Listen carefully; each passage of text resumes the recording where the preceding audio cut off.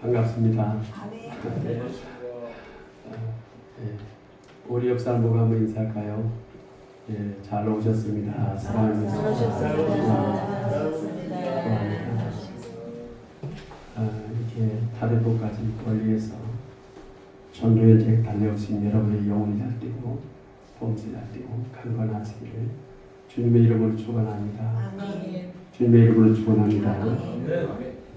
오늘 본문 10절을 보면 주님이 삭개오 집에 오셔서 이렇게 말씀합니다. 인자가 온 것은 잃어버린 자를 찾아 구원하러 왔느니라. 이 말씀을 들은 제자들은 주님이 곧 예루살렘에 입성하셔서 옛날 다윗이 세운 이스라엘 왕국을 더 영광스럽게 회복시킬 것으로 그렇게 기대를 했습니다. 11절입니다. 제자들은 하나님 나라가 당장 나타날 줄로 생각하리라. 그런데요, 주님은 넓으나 비유로 하나님 나라가 제자들 생각과는 다르게 이루어질 것을 말씀하시죠. 마태복음 25장 14절 이후에서도 이 달란트 비유로 동일한 말씀을 하고 계십니다. 주님의 가르침에도 불구하고 제자들은 주님이 왕이 되셔서 옛날 활했던 다윗 왕국을 다시 회복시킬 것을 기대했어요. 주님이 생각하는 하나님 나라가 제자들이 생각하는 하나님 나라와는 큰 차이가 있는 것으로 알 수 있습니다. 그래서 주님은 비유의 말씀으로 설명하시기를, 야들아, 나는 예루살렘으로 가야 돼. 그리고 십자가에서 죽어야 돼. 부활승천해야 하고 때가 되면 다시 와서 아버지 나라를 완성해야 돼. 주님이 제자들에게 이 계획하신 이 사역을 문화 비유를 통해서 말씀하시고 20절입니다. 20절에 예루살렘을 향하여 앞서서 가시더라. 계획하신 대로 구원의 완성을 위해서 첫 단계인 예루살렘으로 올라가신 중에 문화 비유로 말씀하십니다. 12절이죠. 한 귀인이 왕위를 받아오기 위해서 잠시 먼 나라로 떠날 때에 종 10명에게 무엇을 줬습니까? 한 문화씩 주었어요. 한 문화씩 주면서, 야 임집사 너도 한 문화 가져라. 한 집사도 받아. 목권사님도 받아. 한 문화씩 다 나눠줬어요. 나눠주시고 내가 돌아올 때까지 장사하라. 그리고 떠났어요. 어느 세월이 흘러서 그 귀인이 왕이 돼가지고 돌아왔어요. 돌아와서 한 문화씩 받아간 그 종들을 불러서 이렇게 물어봅니다. 16절이죠. 물어보니까 첫째 종이 뭐라고 합니까? 주인이 한 문화로 10문화를 남겼습니다. 주인이 너무 기뻤어요. 착한 종아, 잘했다, 잘했어. 지극히 작은 것에 충성했네. 그래, 내가 너에게 10골을 줄게. 다스려라. 주인이 착한 종에게 통치의 영역을 분배해 주셨어요. 둘째 종도 이르되, 주인이여, 저는 한 문화로 5문화를 남겼나이다. 그로 칭찬합니다. 그래, 잘했어. 너도 잘했다, 잘했어. 5골 줄게. 5골을 받았어요. 이 작은 꼴을 받았지만 이 종이 불평하지 않았습니다. 문제는요, 셋째 종입니다. 셋째 종이 와서 말합니다. 20절. 주인이여, 저는 장사하다 손에 입히면 책만 받을까 두려워서 받은 문화를 수건에 싸 뒀나이다. 이 말들은 주인이 엄히 꾸짖습니다. 악한 종아, 너를 심판하노라. 여봐라, 저 원수를 가지고 다 빼앗고 죽여라. 여러분, 이 비유의 핵심,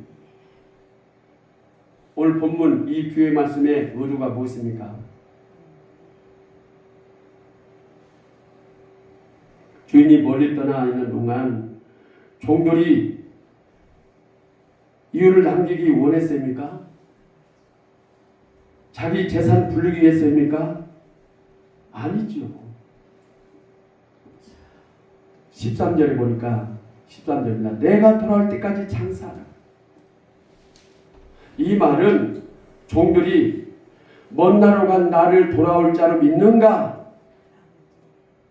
돌아오마 약속하신 주인 말을 믿는가? 집을 비운 동안 맡긴 일 순종하는가? 이것을 보기 위함이요.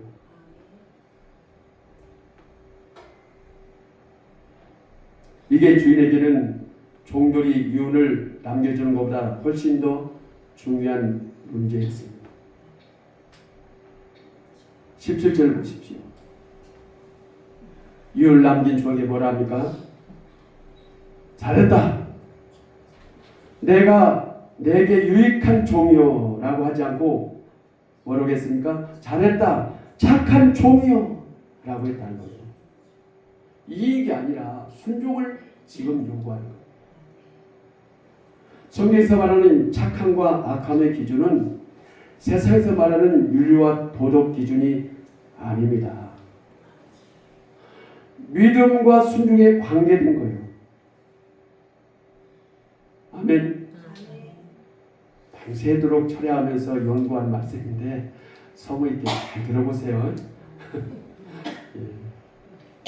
그러니까 주인이 종을 테스트해보고 싶었던 것은 종들이 주인을 어떻게 생각하는가 하는 거였어요.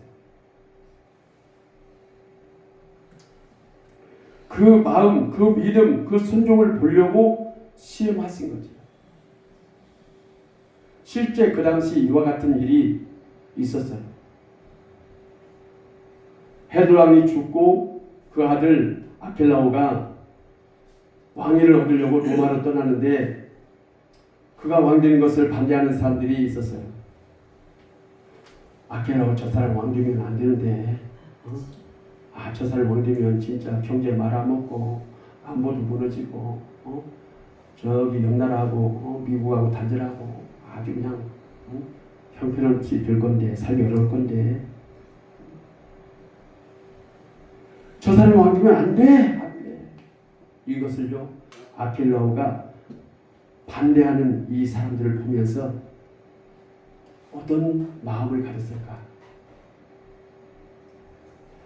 로마에서 왕위를 받고 돌아왔어요.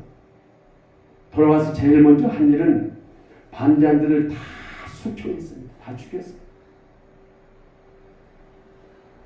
실제 사건입니다.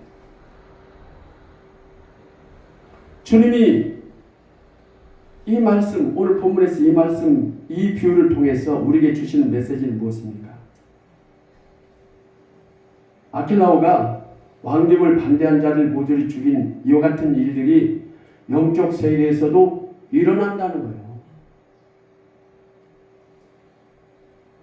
문화 비유를 통해서 영적 세계에서도 심판이 동일하게 일어날 것을 말씀해 주고 있습니다. 이런 일들이 영적 세계도 벌어질 텐데 내가 승천하고 세상을 잠시 비우는 동안 내가 명한 것을 감당할 자가 누구냐? 사마리아 땅 끝까지 복음 전할 자가 누구냐? 던된 삶을 감당할 자가 누구냐? 끝까지 믿음 지킬 자가 누구냐? 주님이 내가 왕이 되어서 오는 것을 환영할 자가 누구냐? 오늘 또 우리에게 묻고 계십니다. 지금도 그런 종을 찾고 계세요. 아멘. 그러므로 여러분, 오늘 본문에서 말하는 문화 비유는 얼마를 남겼느냐, 이게 중요한 게 아니라 과연 종들이 주인을 기다리고 있는가, 이게 관건이요. 이해가 되시면 아멘. 곧 주인이 떠나는데, 주인이 보이지 않을 텐데, 성천하시고 세상을 잠시 비우실 텐데, 이때 제자들이, 이때 성도들이, 이때 예수를 믿는 자들이 다시 오실 예수 그리스도를 주인으로 믿고 순종할 것인가? 아니면 믿음 버리고 세상으로 갈 것인가? 내가 없어도 땅 끝까지 복음 전할 것인가? 내가 없어도 끝까지 믿음 지킬 자가 누군가? 여기에 대한 주님의 물음, 오늘 저와 여러분에게 묻고 계세요.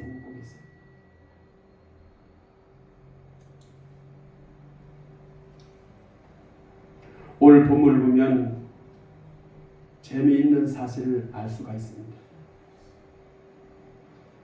주인이 문화를 남긴 종을 칭찬합니다. 종아, 잘했다. 충성했네? 네가 이익을 남겼으니 이익금 다 가져라. 이익금 다 가져. 그러지 않았다는 거예요.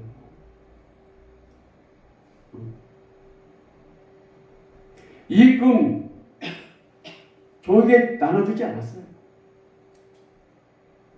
17절부터 19절입니다. 대신 뭘 줍니까? 그를 능력에 받는 책임을 부여했을 뿐이라는 거죠. 왜 그랬습니까? 왜 그랬습니까? 구원은 노력에 대한 보상이 아니거든요.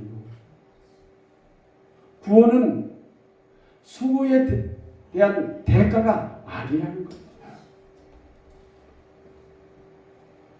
구원은 주님이 십자가를 지심으로 이루어내셨어요.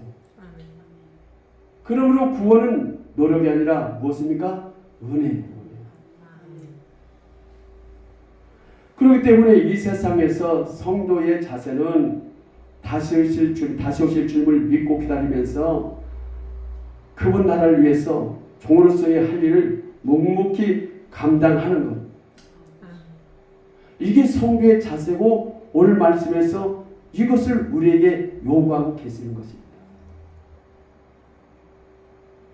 아멘.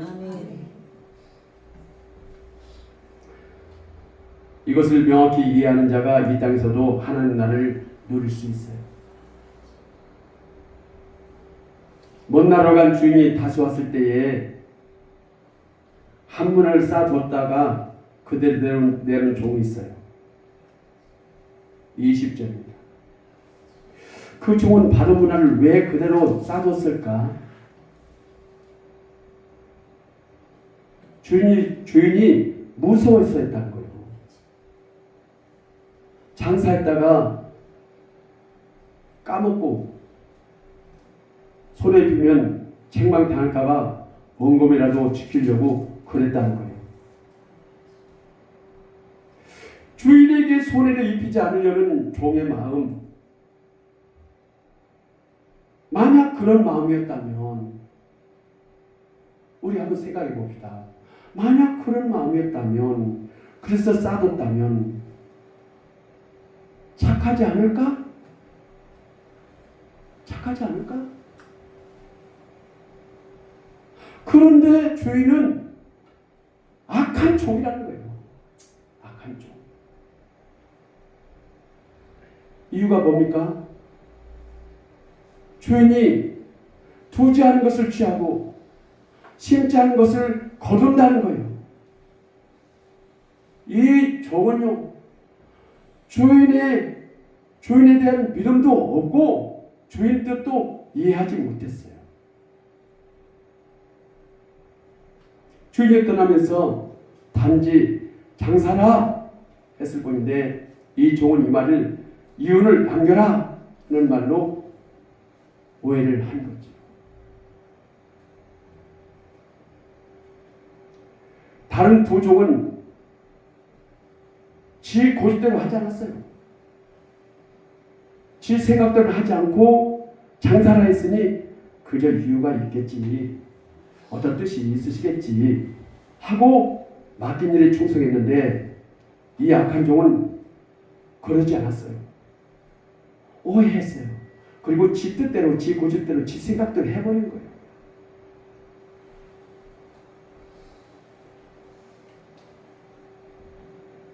우리가 전도할 때에, 봉사 헌신할 때에, 또 목회할 때에 잘 되면 좋고 못해도 괜찮아요. 이상하게 들리죠? 오늘 본문에 비춰보면 여러분들이 목회하면서 부흥해도 좋고 안 돼도 괜찮다 그 말이에요. 전도하는데 열매를 맺으면 좋고 안 맺어도 괜찮다 그 말이에요. 여러분들이 헌신할 때에 땀을 쓰겠지만은 열매가 없어도 잘 돼도 좋고 열매가 없어도 괜찮다는 거예요. 우리는 뭔가 자꾸 그냥 잘해야지, 부흥해야지, 전열매 많이 맺어야지, 뭔가 잘해야만 하나님으로부터 칭찬받을 것으로 생각하지요. 부흥해야, 열매를 맺어야, 전열매가 있어야, 내가 신앙생활을 하면서 무언가 해야 인정받을 것으로 생각합니다. 그런데 오늘 본문을 보니까 우리가 생각하는 성공과 하나님이 생각하는 성공과는 아주 다르다는 거죠. 그래서 때로 하나님은 우리를 성공의 자리가 아닌 실패의 자리로 몰고 가실 때도 있다는 거예요. 세상 기준, 세상 판단을 보면 바울은 진짜 강한 거예요. 성경 기준을 보면 오늘 말씀에서 말하는 주님의 의도를 보면 사도 바울은 세상에서 받을 수 없고 얻을 수 없는 것을 얻었다는 거예요. 진짜 성공했다는 거예요.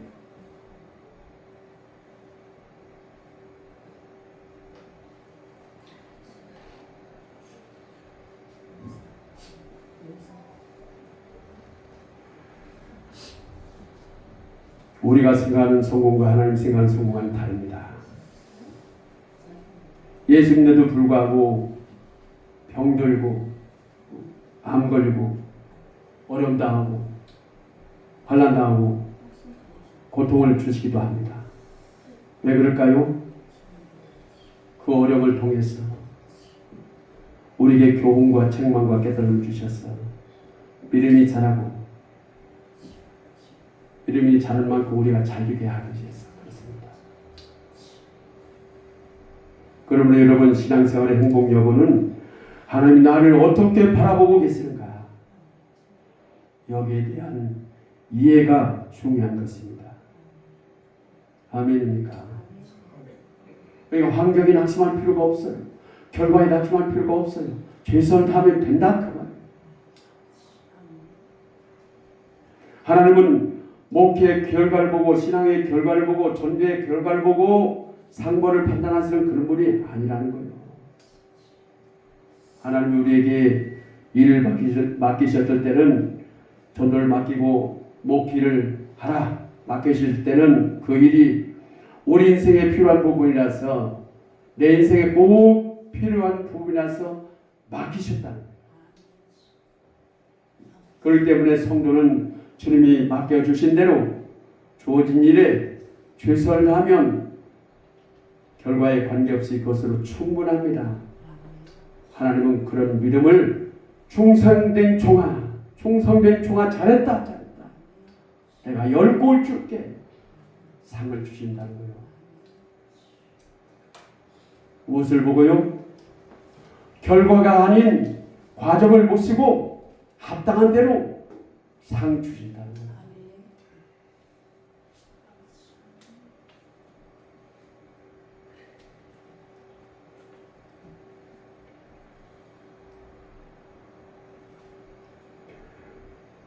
이게 우리에게 요구하시는 말씀이고 이게 신앙생활과 종교생활의 차이입니다. 기독교는 종교가 아니지. 살아있는 역사예요. 하나님이 살아계세요. 지금도 역사하고 계세요. 기독교 생활은 종교 생활이 아닌 살아있는 신앙 생활이에요. 종교 생활하는 사람들은 자기가 가진 것으로 하나님을 감동시키고 하나님께 충성하고 영광 돌리고 어떻게 감동시키려고 그런 마음이 있어요. 하나님은 내 성의, 내 노력, 내 현실에 따라서 다르게 상 주신다. 그렇게 생각하는 분이 있어요. 아닙니다. 하나님은 그런 하나님이 아닙니다. 뭔가 해야 복 받고 안 하면 벌 받고 이게 바로 기복주의, 율법주의 신앙인데 이런 사람은 기독교 생활이 아닌 종교 생활을 하는 거예요. 그런 사람은 종교적 모범을 보이고 신앙에 열심히 있는 것처럼 보이지만 실상은 신에 대한 두려움, 여호와 하나님에 대한 두려움이 있는 거예요. 안 하면 벌 주고 못하면 상 안 주겠지. 그런 사람은 구원의 확신도 없고 받은 구원도 의심하고 믿는다면서도 근심 걱정 불안뿐입니다. 반면에 종교생활이 아닌 신앙생활을 하는 사람들은 하나님의 풍성하신 사랑과 은혜를 아는 자들이에요. 그 신앙의 자유를 누립니다. 그런 사람은 전도할 날에 기다려지고 전도하러 오는 것이 기쁘고 우리 다대포에서 여기까지 오신 우리 황 권사님이 얼마나 기쁜 마음으로 달려왔을까. 만약에 마음에 부담이 있다면 오겠어요? 절대 안 옵니다. 그 도탄장에 끌려가듯이 시키면 말이지 끌고 가면 오겠어요? 에이 모르겠다. 오다가 돌아가지. 누가 여기까지 이렇게 먼 거리를 차를 몇 번씩 타고 오시겠냐 그 말이에요. 진짜 신앙생활 하는 사람들은 비가 와도 눈이 와도 바람이 불어도 몸이 아파도 할 일이 많아도 전도하려고 저희 가면 돈 때로 버는데도 불구하고 온다고. 왜 그렇습니까? 은혜를 알기 때문에. 은혜를 알기 때문에. 감사함으로 나오는 거예요. 우리 황 권사님이 감사함으로 여기까지 달려왔어요. 전 목사 같으면 에이 그냥 하루 쉬고 말지. 그것도 뭔데 가봤자 그러고 그래. 아이 하루 쉬지. 저 같으면 대부분 그럴 거야. 그래서 어느 날 목이 잘려가지고 가고 싶어도 못 가고.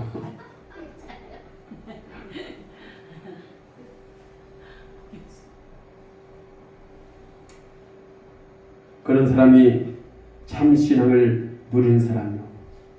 오늘 이 전도 현장에 나오신 여러분들처럼 아멘. 아멘. 네. 여러분들처럼 마태복음 29장 1절 후에 주님이 열처녀 비유로 말씀하시죠. 미련한 처녀와 슬기로운 자. 두 그룹 신부들이 신랑이 왔을 때에 슬기로운 처녀는 기름과 등을 가졌어요. 그 등에 불을 밝히고 혼잔치에 들어갔습니다. 그런데 미련한 처녀들은 등은 가졌는데 기름이 없네? 못 들어가지. 천국 잔치에 못 들어가지. 천국 일을 하는 전도단에 못 들어가지.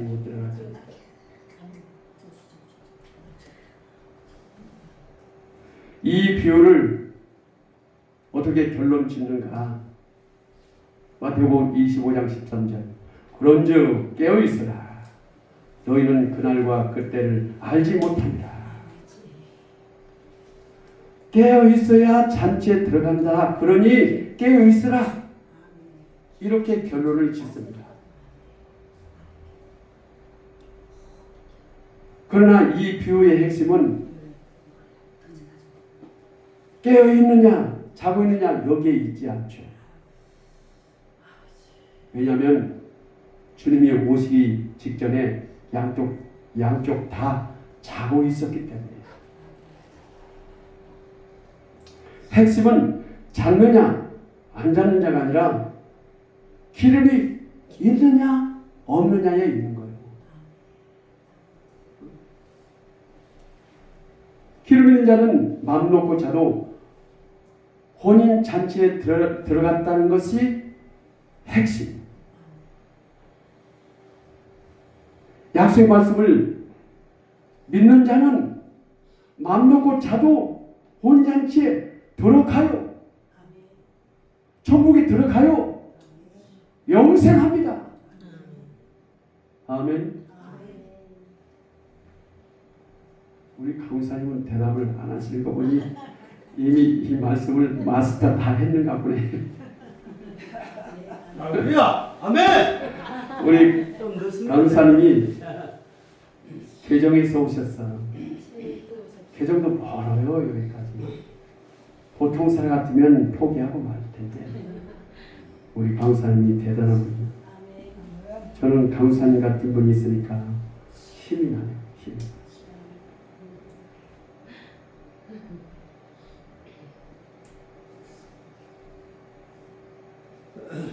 근데 이렇게 말씀을 나누고 다른 얘기하면 어디까지 했는가 모르겠어요. 제가요 3년 전부터 눈 수술을 하라고 했어요. 백내장 수술하자고. 그 해운대 무슨 병원이에요 사모님? 성모병원에서. 근데 좀 비싸더라고. 일주일 간격으로 두 눈을 해야 되는데 제가 보이지 않아요 여러분들. 멀쩡한 것 같더니 잘 안 보여요. 안경이 이게 오래돼갖고 안경집에 갔더니 목사님 수술해야 됩니다. 안경 맞춰봐야 소용없습니다. 그러시대요. 그 젤로 밑에 젤로 높은 데서 이쪽으로 자꾸 이렇게 보는 거예요.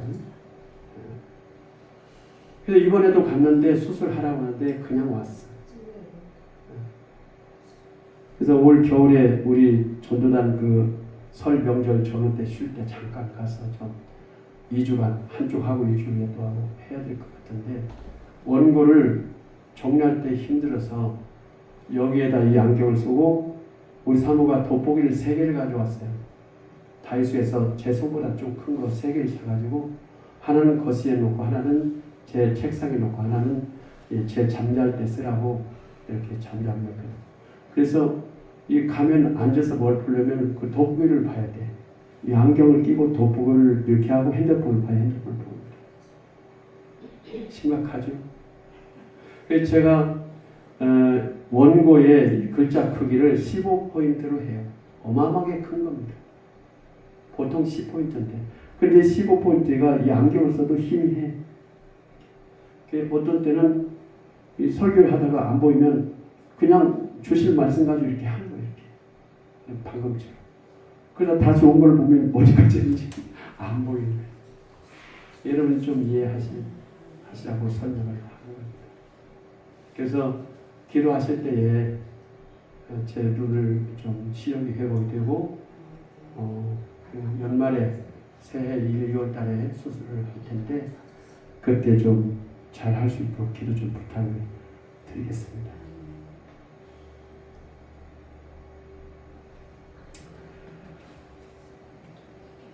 여러분 우리가 주님 일 하다가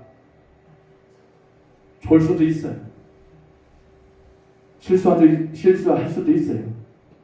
잘 수도 있어요. 실패하고 실수하고 넘어질 수도 있어요. 괜찮아요. 중요한 것은 기름이 있느냐, 내 안에 믿음이 있느냐, 이게 중요한 거예요. 내 안에 기름이 있는가, 믿음이 있는가, 주님이 살아계시는가. 기름 있는 자는, 믿음 있는 자는, 주님을 보신 자는 걱정할 필요 없어요. 왜? 신랑 되신 주님은 잤느냐 안 자느냐를 묻지 않아요. 인생 중심의 기름이 있는가, 믿음이 있는가, 주님을 고시로 모셨는가, 이것을 봐요. 이것을 봐요.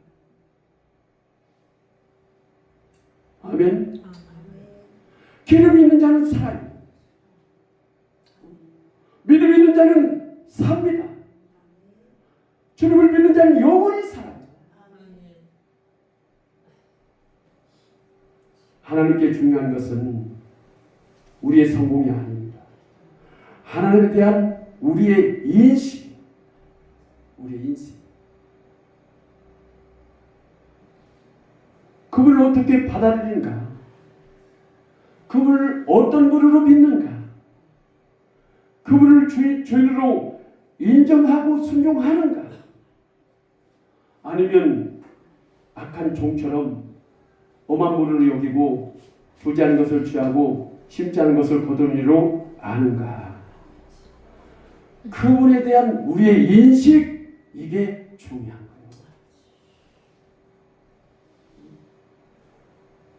이 사실 명확히 깨닫는 자가 복음의 자유, 신앙의 자유를 누리게 되는 것입니다. 이해가 되시면 아멘? 아멘. 저는 설교를 절대 신학적으로 뭐 이렇게 어렵게 꼬아서 안 하려고 해요. 되게 쉽게 하려고 해요. 초등학생들도 제 설교를 들으면 이해가 될 수 있도록 그렇게 내가 설교를 준비하다 보니까 눈이 더 아파요. 그냥 더 듣다 보게 되고 실력은 없지. 잘 이해를 시켜서 주님을 만나야 되는데 어떻게 할까? 계속 들여다보고 연구하는 것밖에 없어요. 눈이 더 아파. 그래서 시계를 사다 놨어요. 3,000짜리 다이소에서. 타이머를 30분 맞춰놨어요. 30분 딱 되면 삑삑 소리 나면 일어나가지고 눈 때문에 한 10분간 다른 데 보고 눈 운동하고 또 이 약도 넣고 그리고 10분 후에 또 다시 앉아서 또 파고듭니다. 설교 준비. 어떻게 하면 여러분들이 듣고 은혜를 받아야 되는데 어떻게든지 주님을 만나야 되는데 어떻게든지 믿음의 회복이 돼야 되는데 그러니까 자꾸 듣다보고 연구하는 거예요. 이해가 잘 되십니까? 아멘. 다행입니다. 여러분들에게 한번 물어볼게요. 여러분들은 어디에 해당됐습니까? 은하를 남긴 자입니까? 쌓아둔 자입니까? 네? 은하를 남긴 자요? 쌓아둔 자요? 아침밥 잘 먹고 왔는데 가시방석이네. 몰라도 괜찮아. 지식으로 가는 게 아니야. 믿음으로 가는 거예요. 아멘. 절대 낙심할 필요 없어. 그분을 두지 않은 것을 취하고 심지 않은 것을 거둘 합니까? 아니면 사랑이 풍성하신, 사랑과 은혜가 풍성하신 분으로 합니까? 은하 비유를 통해서 이 땅에 다시 오실 주님을 바르게 알고 바르게 깨닫고 바르게 믿으시기 바랍니다. 저와 여러분들도 오늘 은하를 남긴 종들처럼 주님을 잘 믿으시고 순종 잘 하시고 또 전도들 열심히 하셔서 그날이 왔을 때에 주님으로부터 종아, 한집사야, 황권사야, 목요 전도단아, 네가 작은 일에 충성했네. 내가 10골 주마. 내가 10골 주마. 권세를 차지하시고 다스리시는 착하고 충성된 종들이 되시길 주님의 이름으로 축원합니다. 주님의 이름으로 축원합니다. 기도하십시다. 주님, 그날이 멀지 않았습니다. 그날 오기 전에 우리가 한 일을 다 할 수 있게 해주옵소서. 잡다 착한 종이라고 인정받을 수 있도록 오늘 우리가 해야 할 일을 잘 감당하는 충성된 종들 되게 해 주시옵소서. 감사드리고 예수님 이름으로 기도를 올려옵나이다. 아멘.